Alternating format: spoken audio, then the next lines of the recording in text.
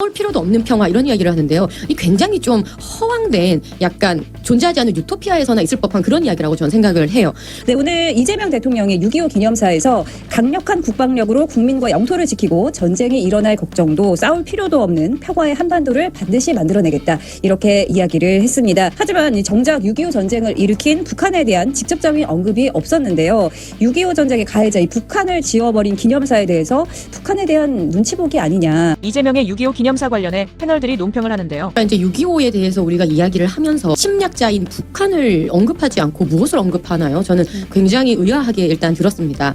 최근에 그런 일이 있었죠. 북한 이제 축구 선수단이 왔을 때 기자단이 이제 북한에서 오셨어요? 이제 이런 질문을 했을 때 북한이라는 표현을 썼다고 굉장히 언짢아하면서 자리를 박차고 나갔었어요. 그게 이제 지금 이제 북한에서 밀어붙이고 있는 두 국가론에 대한 이제 이야기였거든요. 그러니까 우리를 조선민주주의 인민공화국이라는 제대로 된 말을 안 쓰고 왜 북한이라고 부르냐라는 거에 대한 항의 표시였어요. 또 그 뒤에는 전쟁기념사업회에서 또 항미원조 6.25를 가지고 항미원조를 이제 띄우면서 굉장히 이제 국민적 공분을 샀었는데 이러한 분위기 속에서 이재명 대통령이 이 6.25 기념식에서 북한을 언급하지 않았다는 거예요.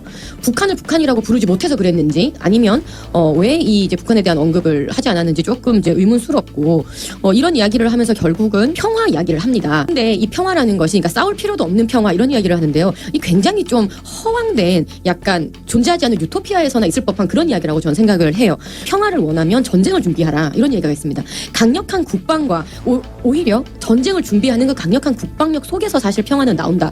이게 저는 오히려 더 현실적인 것 같아요. 싸울 필요도 없는 평화라는 것은 세상에 존재하지 않아요. 네, 일단은 저도 그 기념사를 쭉 봤는데 그 부분에 있어서 북한에 대한 언급이 없었다는 것은 좀 아쉬움이 남습니다. 왜냐하면 우리가 가장 중요한 것은 그 과거의 비극적인 역사가 반복되지 않아야 하는 거죠. 그렇다면 그 역사적 사실을 명확하게 우리가 규정을 하고 나아가야 하는데 그 역사적 사실에서 북한이 남한을 침략했다는 그 부분에 있어서 그 비극을 반복하지 않겠다라는 말씀을 명확하게 해주셨으면 더 좋지 않았을까. 네, 다들 비슷하게 느끼는 것 같아요. 근데 저도 좀 아쉽다고 느꼈고, 이제 이재명 대통령께서 그러니까 우리나라 그러니까 국군 통수권자시잖아요. 이제 그러면은 이제 6.25 기념사에서 사실 이 전쟁이 그러니까 명백한 거는 아까 말씀하신 대로 북한이 침략으로 발발한 전쟁이기 때문에 사실상 북한이 가해자이죠. 남한 입장에서는.